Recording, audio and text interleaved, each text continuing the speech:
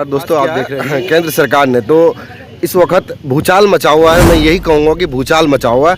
तो हमारे पूर्व जिला पार्षद शौकत अली जी मेरे साथ में है इस वक्त, और उनसे बात करेंगे कि किस नज़र से ये कानून को देखते हैं, और विस्तार से पूछ के मैं बताऊंगा। बने रहिए इस वीडियो को ज़्यादा से ज़्यादा शेयर करना, क्योंकि एक लोगों का काम नहीं है ये, और अनेकों लोगों का ये परेशानी है। इसीलिए मैं पूछना चाहता हूँ इनको, सर किस नज़र से देखते हैं ये कानून को आप? मेरे ख्याल से ये काला कानून है। देखना होगा कि जो पूरे देश का संचार माध्यम है वो ट्रांसपोर्ट है, और ट्रांसपोर्ट के माध्यम से ही जो पूरा व्यवस्था है, वो पूरा इकोनॉमी है, वो चल रहा है। पूरी अर्थव्यवस्था उसी पर आश्रित है। कानून अच्छा है, ख़राब है, इसके बहुत सारे नतायज आएंगे सामने। पर अभी जो हड़ताल का सिलसिला चला है ड्राइवरों की तरफ से जी, वो सोचने वाली बात है कि एक गरीब ड्राइवर जो 10,000 सैलरी में काम करता है, वो 10 लाख रुपए जुर्माना कैसे दे सकता है? और बहुत सारे कारण होते हैं एक्सीडेंट के। कोई जानबूझ के किसी को नहीं मारना चाहता है, और कोई भी नहीं चाहता कि मेरी गाड़ी में एक्सीडेंट हो। जी, तो परिस्थिति बस एक्सीडेंट हो जाता है, और क्योंकि उसके लिए जिम्मेदार हमारे यहाँ ट्रैफिक रूल है। जो मार्क होना चाहिए, जो नियम होना चाहिए, जो रूल रेगुलेशन होना चाहिए सड़कों पे, वो नहीं है, ना के बराबर है। ग्रामीण क्षेत्रों में तो बिल्कुल भी नहीं है। दूसरी बात है, जो हाईवे है वो कुछ चुनिंदा हाईवे को अगर छोड़ दें तो देश की हाईवे की भी स्थिति बहुत अच्छी नहीं है।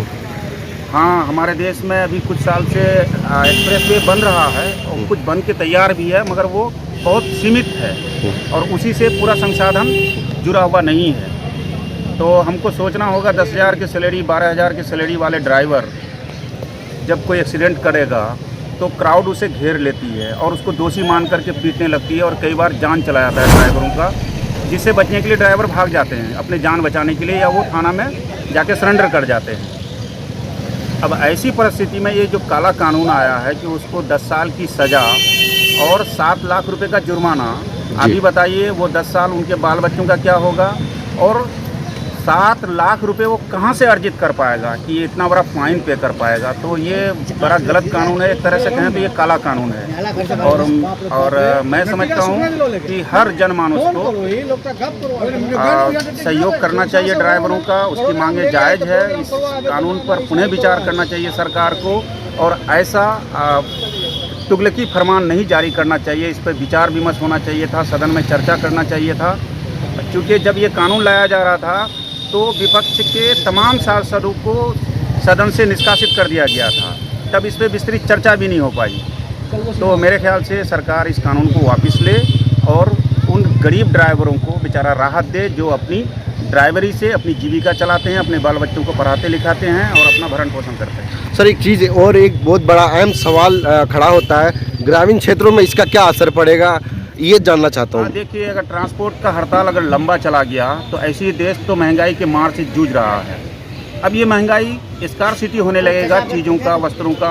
अभी आप देखेंगे कई राज्यों में मैंने देखा कि लोग अफरा तफरी का आलम है कि पेट्रोल पंप में तेल भरा रहे हैं अपनी गाड़ियों का, कि अगर ट्रांसपोर्ट बंद हो जाएगा तो तेल आना रुक जाएगा, और जिसकी वजह से कल या परसों या तरसों अगर ये लंबा चला तो तेल मिलना और तमाम खाद्य पदार्थ महंगे हो जाएंगे, क्योंकि उनका सप्लाई चेन ही टूट जाएगा।